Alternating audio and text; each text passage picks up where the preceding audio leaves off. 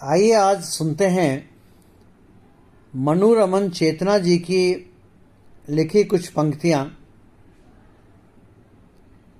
मेरे स्वर में। मैं अशोक मिश्र। उनके इस लेखनी का शीर्षक है स्त्री का सौंदर्य। स्त्री का सौंदर्य बहुत बखूबी मनोरमन चेतना जी ने इसको लिखने का प्रयास किया है। आइए सुनते हैं। स्त्री का सौंदर्य न तो टीका पहनने से है, न बिंदी, नथिया, कंगन, चूड़ी, पायल पहनने से है। स्त्री का सौंदर्य न तो टीका पहनने से है, न बिंदी, नथिया, कंगन, चूड़ी और पायल पहनने से है। ये लिपस्टिक, काजल, गजरा, झुमका, कमरबंद, बिछिया, हीरे मोती से जड़ी साड़ियां, इन सब से नहीं जी। इन सब से कोई स्त्री का सौंदर्य नहीं होता। उनका सौंदर्य वस्तुतः स्त्री होने से ही इतना है कि अन्य सभी श्रृंगार इस पे फीके पड़ जाते हैं।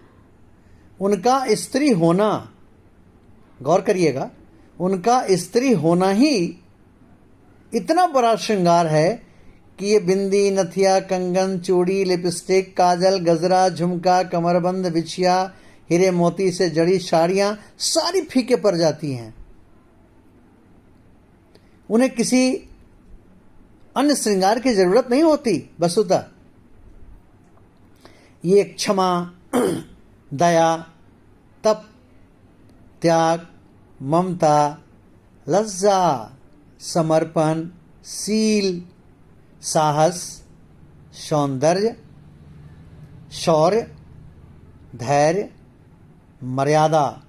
मर्यादा, सदाचार, ब्रह्मचर्य, सत्य, मृदुभाषी गुणों वाली ही मुख्य स्त्री होती हैं।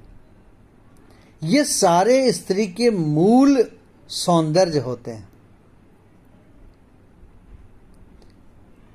जो अपने आप में एक अलौकिक सौंदर्य धारण किए रहती है। जो अपने आप में एक अलौकिक सौंदर्य धारण किए रहती है। सचमुच धैर्य का सिंदूर, सील का हार, सादगी का लिबास, मधुर व्यवहार, लज्जा का काजल, स्वाभिमान की बिंदी लगाकर सदाचार की खुशबू बिखेरती, संसार में प्रेम की वो बारिश करती, वह अद्भुत अनुपम सौंदर्य की वो स्वामिनी लगती है। यही है एक स्त्री की मूल श्रृंगार। इसमें मैं ये जोड़ना चाहूँगा, स्त्री का सौंदर्य केवल बाहरी आकर्षण तक सीमित नहीं होता। ध्यान दीजिएगा, स्त्री का सौंदर्य कभी भी बाहरी आवरण आकर्षण पर सीमित नहीं होता, बल्कि उसके आंतरिक गुणों, उसके व्यक्तित्व, उसकी आत्मा की गहराइयों से उसकी सौंदर्य झलकती है। उसका सौंदर्य उसकी मधुरता, उसकी करुण भावना, उसकी समझ, उसके आत्मविश्वास में प्रकट होना चाहिए। एक स्त्री की मुस्कान उसकी आत्मा की पवित्रता और उसके मन की शांति का प्रतिबिंब होता है। उसका मूल सौंदर्य, स्त्री का मूल सौंदर्य एक उसकी अच्छी सी मुस्कान, उसकी आत्मा की पवित्रता और उसके मन की शांति होता है, उसका प्रतिबिंब। स्त्री का बाहरी सौंदर्य उसकी आंखों की चमक, उसके बालों की लहर और उसके चेहरे की आभा में दिखता है, लेकिन ये बाहरी आवरण है।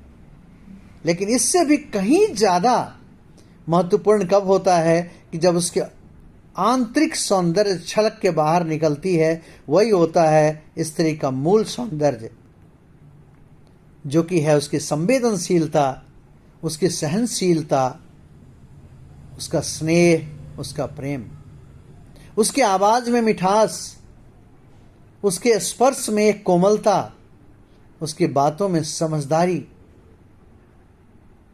यह है उसकी मूल सौंदर्य। स्त्री का सौंदर्य उसके आत्मनिर्भरता, उसकी प्रेरणा, वो एक प्रेरणादायक है और उसके जीवन के प्रति दृष्टिकोण, जीवन के प्रति सकारात्मक दृष्टिकोण से वो परिलक्षित होती है और दिखाई पड़ती है। उसको कहते हैं स्त्री का मूल सौंदर्य। उसकी आत्मा की गहराइयों में बसे आदर्श, उसकी आत्मा की गहराइयों में बसे आदर्श, उसकी दृढ़ता, उसकी निष्ठा और उसे और भी सुंदर बना देते हैं। अंदरूनी सौंदर्य और बाहरी सौंदर्य का मिला हुआ। स्त्री का असली सौंदर्य उसकी आत्मा की गहराइयों में बसा होता है, जो समय के साथ और भी निखरता जाता है और उसकी पहचान का, उसके व्यक्तित्व का एक अलग हिस्सा बनता है, जिसे कहते हैं स्त्री का मूल सौंदर्य। तो जी हाँ, ना तो टीका पहनने से है, ना बिंदी पहनने से है, लेकिन स्त्री का मूल सौंदर्य क्षमा, दया, तप, त्याग, ममता, लज्जा, समर्पणशील सौंदर्य, धैर्य, मर्यादा, सदाचार, सत्य, मृदुभाषी बनने में है। ये है स्त्री का मूल सौंदर्य। धन्यवाद। मैं अशोक मिश्र।